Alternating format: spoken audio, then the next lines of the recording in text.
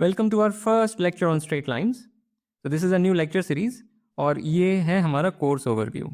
तो बहुत सारी चीज़ें हमें इसमें कवर करनी है और रफली ये सारी चीज़ें हम करेंगे। आगे जैसे जैसे बढ़ेंगे थोड़ा हेर फेर हो सकता है, पर मूल रूप से ये सारी बातें हम करेंगे, इससे ज़्यादा भी कर सकते हैं। ओके, प्री रेक्विजिट्स, सेट्स और फंक्शन की भाषा, ये मैं हमेशा मान के चलता हूँ, आपको पता है। मैंने 2 लेक्चर सीरीज़ बनाई हैं इस चैनल पर, एक सेट्स पर और एक फंक्शंस पर, वो आप देख सकते हैं, या अपना कोई मनपसंद रिसोर्स आप चेक कर सकते हैं। थोड़ी बहुत नॉलेज सीक्वेंस एंड सीरीज़ की, एपी जीपी एचपी, बहुत बेसिक, ज़्यादा नहीं, पर क्वाड्रेटिक इक्वेशन हमें बहुत बहुत ही अच्छी तरह से आना चाहिए। तो मैंने यहाँ पे लिखा हुआ है प्रॉपर, तो ये ज़रूरी है। और बहुत बेसिक ट्रिग्नोमेट्री, तो sine theta, cos theta, tan theta, ये सब चीज़ें हमें पता होनी चाहिए कि इनका मतलब क्या है। ज़्यादा से ज़्यादा कभी हुआ तो हम इसका फॉर्मूला यूज़ कर लेंगे ऐसी चीज़ों का कि sine x plus y sine x cos y plus cos x sine y etcetera. पर बैकग्राउंड में एक प्री रिक्विजिट है यूक्लिडियन ज्योमेट्री।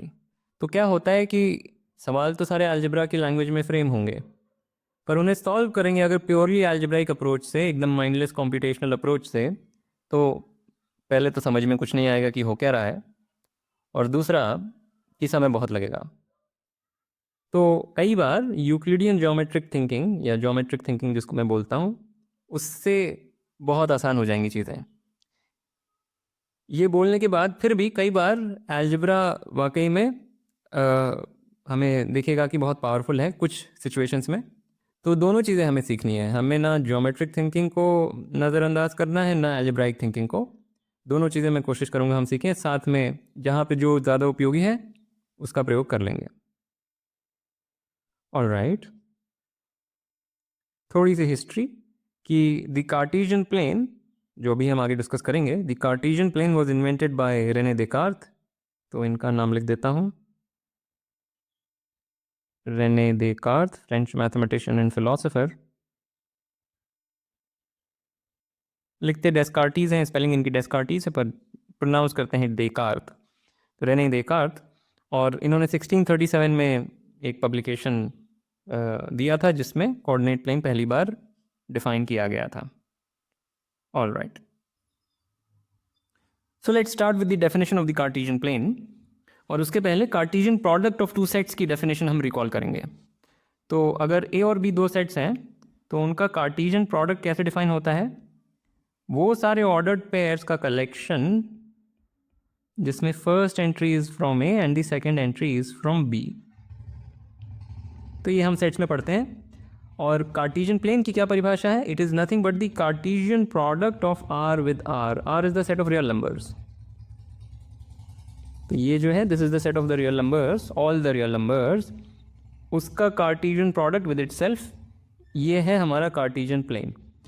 इसको अगर औपचारिक रूप से लिखना हो जैसे हमने नीचे लिखा, तो this is nothing but the set of all the ordered pairs जिसमें दोनों एंट्रीज आर रियल नंबर्स। ठीक है, तो ये हो गया। और इसको हम आर क्रॉस आर नहीं लिखते हैं, हम इसको R2 लिखते हैं, आर और एक्सपोनेंट में 2 लगा देते हैं। ऐसे हम कार्टेशियन प्लेन को डिनोट करते हैं। तो ये तो एक औपचारिक परिभाषा हुई, पर इसको हम विजुअलाइज कर सकते हैं, ये मेन मुद्दा है। तो कैसे? जो हमारा यूजुअल यूक्लिडियन प्लेन है उसमें हमने 2 रेखाएं खींच दी, एक को हम हॉरिजॉन्टल बोलेंगे, एक को वर्टिकल बोलेंगे, और ये 90 डिग्री के कोण पे हैं, क्योंकि एक हॉरिजॉन्टल एक वर्टिकल बोली जा रही हैं, तो आशय तो वही है। पर ये बस 90 डिग्री के कोण पे 2 लाइनें हैं, एक को हम एक्स एक्सिस बोल देंगे और एक को वाई एक्सिस। तो जो हॉरिजॉन्टल वाली है उसे हम एक्स एक्सिस बोलेंगे, यह है एक्स एक्सिस, और यह है वाई एक्सिस। और इनका जो पॉइंट ऑफ इंटरसेक्शन है जहाँ पे ये दोनों मिल रही हैं उसे हम बोलेंगे ऑरिजिन। ठीक है, और अब क्या करेंगे कि हर एक पॉइंट जो प्लेन में है उससे हम एसोसिएट करेंगे एक पॉइंट इन दिस सेट। तो इसके हम कोऑर्डिनेट्स डिफाइन करेंगे, एक होगा एक्स कोऑर्डिनेट और एक होगा वाई कोऑर्डिनेट। तो हम 2 चीज़ें डिफाइन करने वाले हैं, एक होगा x coordinate of a point, so let P be some point in the plane, in the Euclidean plane. मान लेते हैं वो यहाँ पर है। तो क्या करेंगे एक्स कोऑर्डिनेट डिफाइन करने के लिए, सो द एक्स कोऑर्डिनेट और इसको एब्सिसा भी बोला जाता है। एब्सिसा लैटिन नाम है, कम्स फ्रॉम एब एंड सिंडेर, सो काटने को बोलते हैं एब। ठीक है, आप देख सकते हैं, अजीब सा नाम है एब्सिसा। हम ज़्यादातर शायद एक्स कोऑर्डिनेट शब्द का प्रयोग करेंगे, पर बीच बीच में शायद मेरे मुंह से ये भी निकल जाए। तो इसका जो एक्स कोऑर्डिनेट है वो कैसे डिफाइन होगा?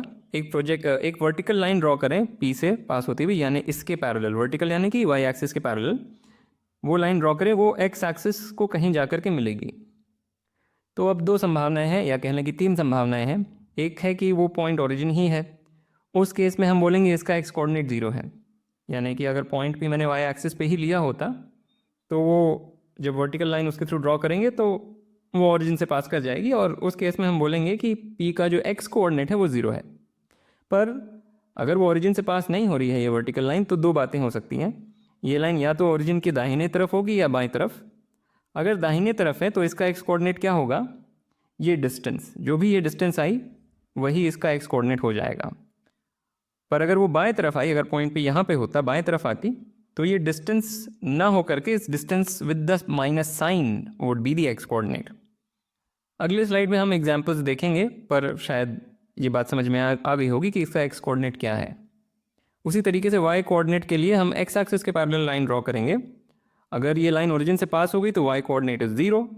अगर ओरिजिन से ऊपर रही, मतलब ये जो पॉइंट ऑफ इंटरसेक्शन है ये ओरिजिन से ऊपर है, तो y coordinate is exactly this distance, otherwise the minus of that distance. तो ये सब चीज़ें एनीवे आपने शायद हाई स्कूल में एट सम पॉइंट देखा होगा, मैं बस रिकॉल ही कर रहा हूँ, पर सारी चीज़ें मैंने ठीक से बता दी हैं। तो एक्स कोऑर्डिनेट और एब्सिसा और वाई कोऑर्डिनेट, ये मैं इसको लिख नहीं रहा हूँ कि एक्स कोऑर्डिनेट की परिभाषा क्या है, मैंने बोल के बता दी। और उसी तरीके से हमने देखा वाई कोऑर्डिनेट क्या होता है। सो द वाई कोऑर्डिनेट, जिसको ऑर्डिनेट भी बोलते हैं, तो हर चीज़ के दो दो नाम हैं जस्ट टू कॉज कन्फ्यूजन। सो ये भी हमने डिफाइन कर दिया। ओके, तो द थिंग इज़ कि ये जो सेट था ये एक एब्स्ट्रैक्ट लुकिंग सेट था, पर उसको हम विजुअलाइज कर सकते हैं। ठीक है, हर point in this set has a very clear geometric meaning. Okay, अब चार क्वाड्रेंट्स की बात।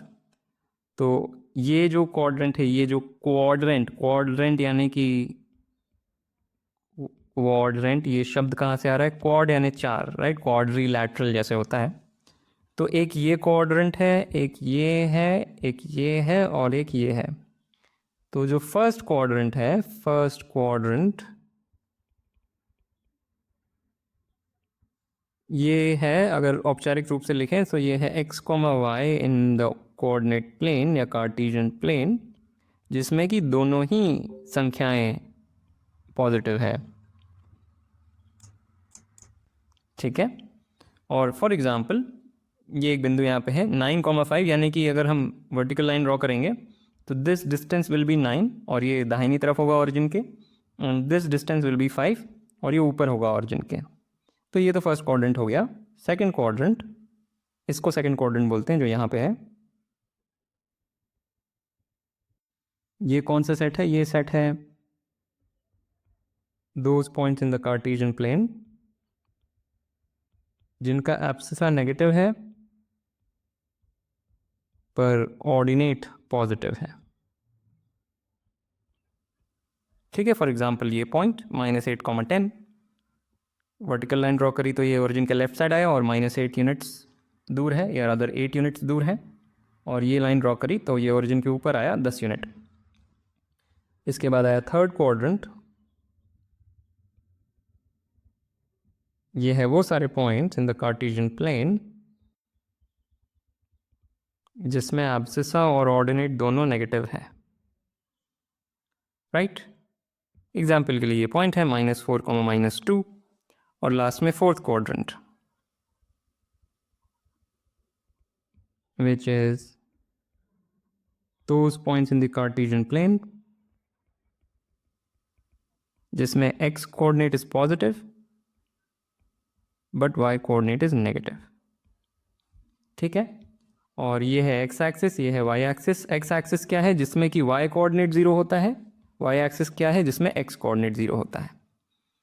ठीक है, तो ये कुछ शब्द हमने सीख लिए और अब कुछ इलस्ट्रेशंस ले लेते हैं टू फर्दर अंडरस्टैंड थिंग्स। ठीक है, सो पूछा गया है कि इस बिंदु से 4,7 से एक वर्टिकल लाइन ड्रॉ की गई यानी वाई एक्सिस के पैरेलल, और 9,3 से एक्स एक्सिस के पैरेलल एक लाइन ड्रॉ करी गई। तो ये जिस बिंदु पर मिलेंगे उसके कोऑर्डिनेट्स बताने हैं। ठीक है, सोचें इस पे। सो द पॉइंट इज कि ये जो वर्टिकल लाइन है इस पे किसी भी चीज़ का एब्सिसा क्या होगा, क्योंकि ये लाइन वर्टिकल है इस पे हर चीज़ का एब्सिसा सेम होगा और वो उसी के बराबर होगा जो इस पॉइंट का एब्सिसा है। तो इसमें हर पॉइंट का जो एक्स कोऑर्डिनेट है वो 4 ही है, राइट। इन पर्टिकुलर इस पॉइंट का भी एक्स कोऑर्डिनेट 4 है। ये बात लॉजिकली समझनी ज़रूरी है। वाई एक्सिस के पैरेलल है ये। By definition of abscissa of any point here, this value is nothing but the signed distance from the origin of the point of intersection of the vertical line with the x-axis, right? The signed distance from the origin. पर क्योंकि ये line vertical है इस पे हर point इसी point पर आकर intersect करेगा। इसी पॉइंट पर माने किस पॉइंट पर? जिस पॉइंट पर 4,7 से पास होने वाली वर्टिकल लाइन ने इंटरसेक्ट किया था। बहुत ट्रिवियल बात बोल रहा हूँ मैं। ठीक है, तो हर पॉइंट का एब्सिसा 4 है। उसी तरीके से इस लाइन पर जो हॉरिजॉन्टल लाइन है उस पर हर पॉइंट का y कोऑर्डिनेट 3 है। देयरफॉर ये जो पॉइंट ऑफ इंटरसेक्शन है दिस इज 4,3। एक्स एक्सिस से 4 यूनिट की दूरी पर और दाहिने तरफ, y एक्सिस से 3 यूनिट की दूरी पर और ऊपर की तरफ 4,3। बहुत सरल बात। अब थोड़ा सा इंटरेस्टिंग, लिटिल बिट इंटरेस्टिंग। एक पार्टिकल है जिसने ऑरिजिन से अपनी यात्रा शुरू करी और सक्सेसिवली क्या कर रहा है वो, पहले 1 यूनिट उसने ट्रैवल किया। यहाँ मैंने लिखा हुआ है स्पष्ट रूप से, तो मैं ऐसे बता देता हूँ, फिर मैं प्रश्न आपको दिखा भी दूंगा। उसने 1 यूनिट ट्रैवल किया हॉरिजॉन्टली, फिर हाफ यूनिट वर्टिकली, फिर 1/4 हॉरिजॉन्टली, फिर 1/8 वर्टिकली पर उल्टी दिशा में।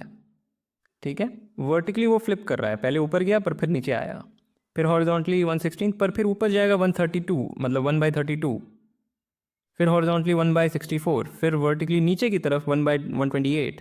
ऐसे वो जा रहा है। तो इसके जो लीप्स हैं, जो ये जंप्स ले रहा है, स्टेप साइजेस जो हैं वो ज्योमेट्रिकली डिके कर रहे हैं। This is a geometric series 1/2, 1/4, 1/8, पर trajectory is a little complicated. तो ये मैंने पूरी तरह से लिखा हुआ है, जो मैंने बोला बस उस चीज़ को मैं शब्दों में दिखा रहा हूँ। पूछा क्या गया है, the coordinates of the point where the path converges. तो ये कन्वर्जेस शब्द आप इंट्यूटिवली समझ रहे होंगे कि ये क्या बोलना चाह रहा है। ठीक है, तो वो कोऑर्डिनेट्स क्या है और ये 4 ऑप्शन दिए हुए हैं। अब कन्वर्जेस का मतलब क्या है कि जैसे जैसे ये चलता जाएगा ये एक बिंदु पे जाकर के सॉर्ट ऑफ बैठ जाएगा, अगर इनफाइनाइटली मेनी टाइम से ऐसा करें। कहने का आशय जो इंट्यूटिवली वही है। बहुत सरल बात है, सोचें इस पर। So here is the solution. तो जिस भी पॉइंट पर वो जाकर के कन्वर्ज कर रहा है हमें उसका एब्सिसा बताना है और ऑर्डिनेट बताना है, यानी एक्स कोऑर्डिनेट और वाई कोऑर्डिनेट बताने हैं। एक्स कोऑर्डिनेट हम तुरंत बता सकते हैं क्योंकि वो हर बार दाहिनी दिशा में स्टेप्स लेता है और वो पैटर्न हमें पता है। जो फर्स्ट टाइम वो जब दाहिनी दिशा में गया तो 1 स्टेप मतलब 1 यूनिट का स्टेप, फिर 1/4, फिर 1/16 एंड सो ऑन। तो जो एक्स कोऑर्डिनेट होगा फाइनली वो होगा 1 + 1+1/4 प्लस 1/16, जिसको मैं ऐसे लिख दूंगा, प्लस 1/64।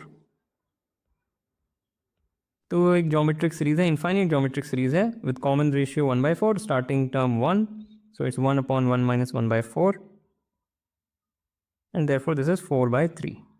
तो ये तो एक्स कोऑर्डिनेट हो गया। वाई कोऑर्डिनेट, पहले हाफ ऊपर गए, फिर 1/8 नीचे आए, फिर 1/32 ऊपर गए, फिर 256 नीचे आए। वट एवर, मेरी कैलकुलेशन इधर उधर हो सकती है। तो what is the Y coordinate? Half ऊपर गए, फिर 2 × 4 यानी 1/8 नीचे आए,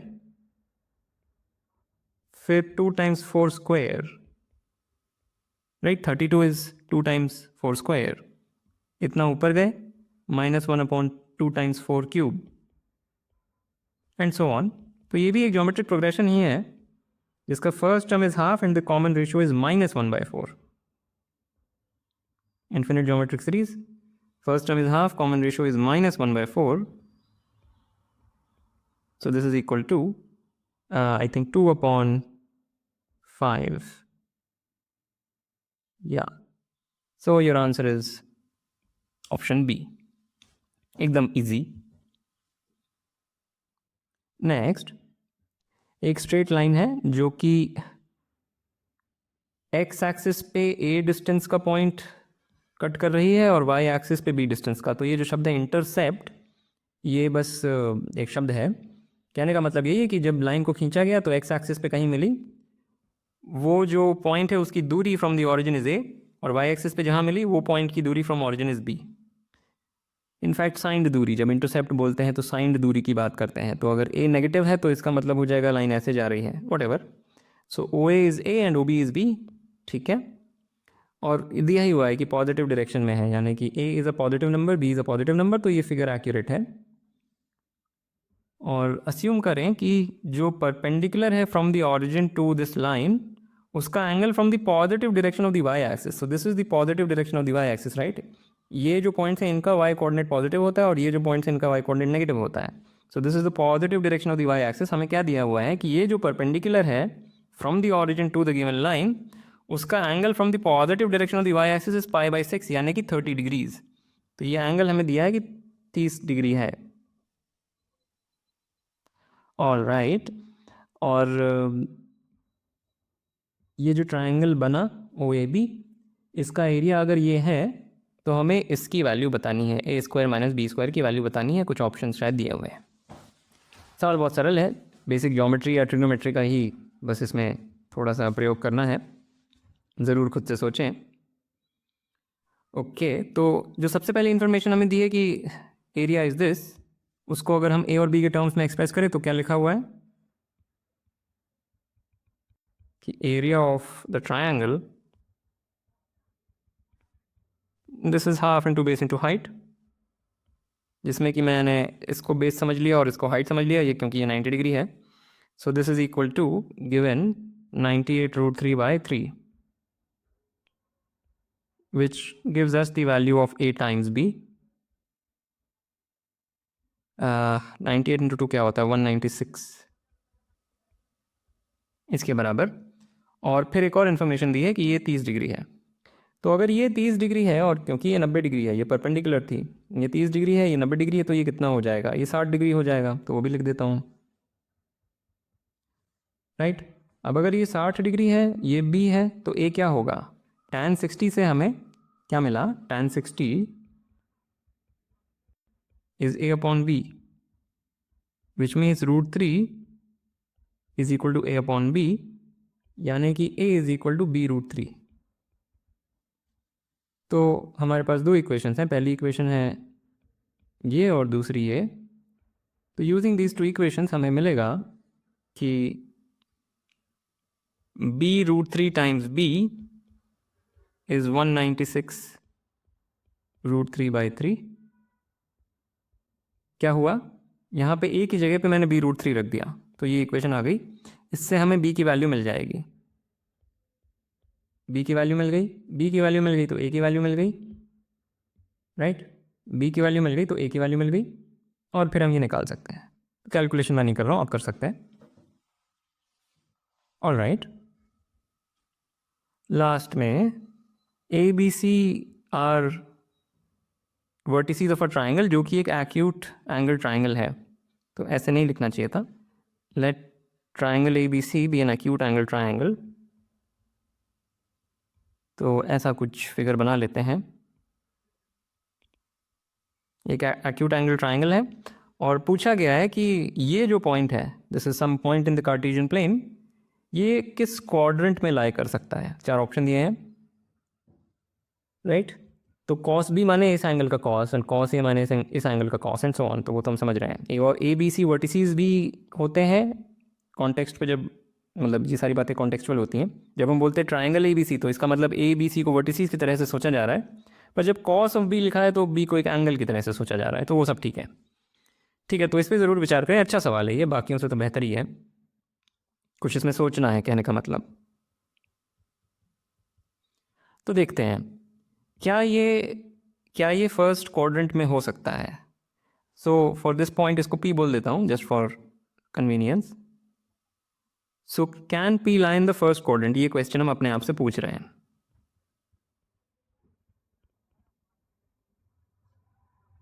क्या वो पहले क्वाड्रेंट में हो सकता है, कहने का मतलब, oops, that is can cos b minus cos a be positive and sin b minus cos a be positive simultaneously। First quadrant में लाई करने का मतलब ही क्या है कि ये दोनों संख्याएं पॉजिटिव हों। तो प्रश्न है कि क्या ये दोनों पॉजिटिव हो सकती हैं, क्या हम ऐसा कोई एक्यूट एंगल ट्राइंगल बना सकते हैं जिसमें ये संख्याएं पॉजिटिव हों। तो अब साइन यहाँ, सॉरी ये मैंने गलत दिखा हुआ, this is sine A, I am sorry, this is sine A.